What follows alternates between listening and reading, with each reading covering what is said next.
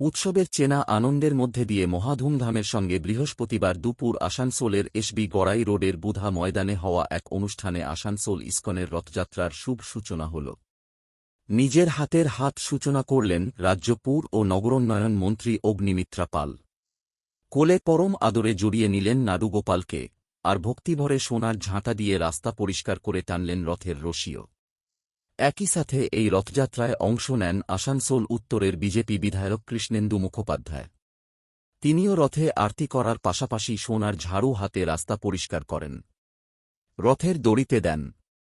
ছিলেন রানীগঞ্জের প্রাক্তন বিধায়ক তাপস বন্দ্যোপাধ্যায়, আসানসোল পুর নিগমের প্রাক্তন চেয়ারম্যান অমরনাথ চট্টোপাধ্যায়, আসানসোল ইসকনের প্রভু দয়াচন্দ নিতাই দাস সহ অন্যান্যরা। মন্ত্রী বলেন, গত 15 বছরে তৃণমূল কংগ্রেসের জমানায় বাংলায় তেমন করে রথযাত্রা পালিত হয়নি, কিন্তু রাজ্যের রাজনৈতিক পালাবদলের পরে সরকার রথযাত্রাকে আলাদা করে মর্যাদা দিয়েছে। সরকারের তরফে রথযাত্রা কমিটিকে 5 লক্ষ টাকা করে অনুদান দেওয়া হয়েছে।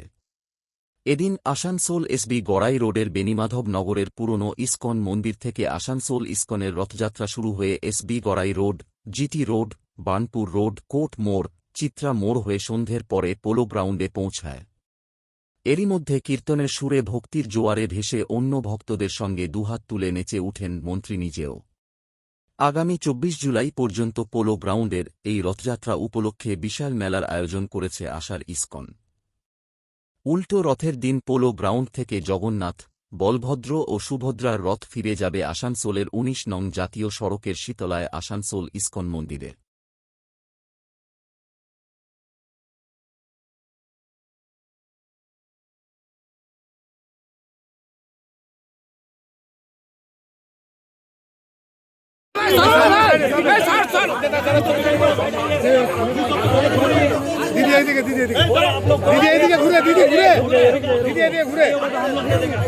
अरे भैया आपका फोटो खींचना और हम लोग का खींचना बहुत आगे